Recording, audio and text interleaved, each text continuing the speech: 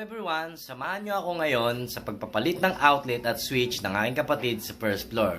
Let's go! Ang una kong gagawin ay gagawa muna ako ng pang-tester ng mga outlet para ma-check ko lahat ito. At ito na nga, testing ko muna bago ko silang lahat palitan. Good na good yan! At ito, sisimulan ko ng pag-assemble sa mga outlet na aking ipapalit sa mga luma at sira na.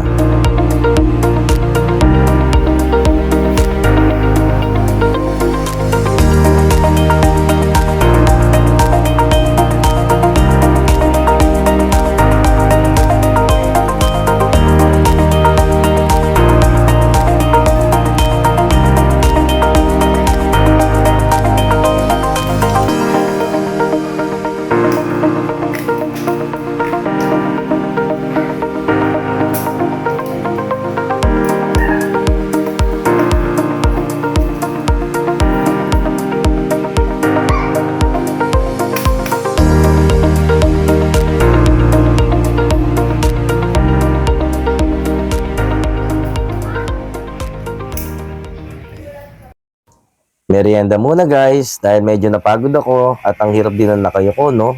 Mayroon kaya akong injury sa lumbar, kaya kain-kain muna.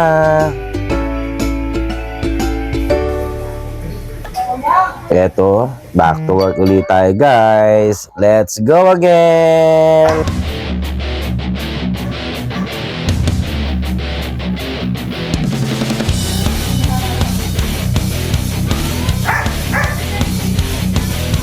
Palit ball outlet.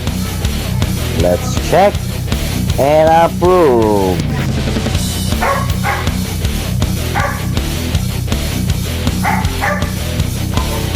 Testing switch. Good, good, good, approve. At ayun na nga guys, nagawa ko ng mga pinalitan kong outlet sa baba, sa bahay ng aking kapatid. Ang wall outlet, yan, perfect. Ang switch, approve.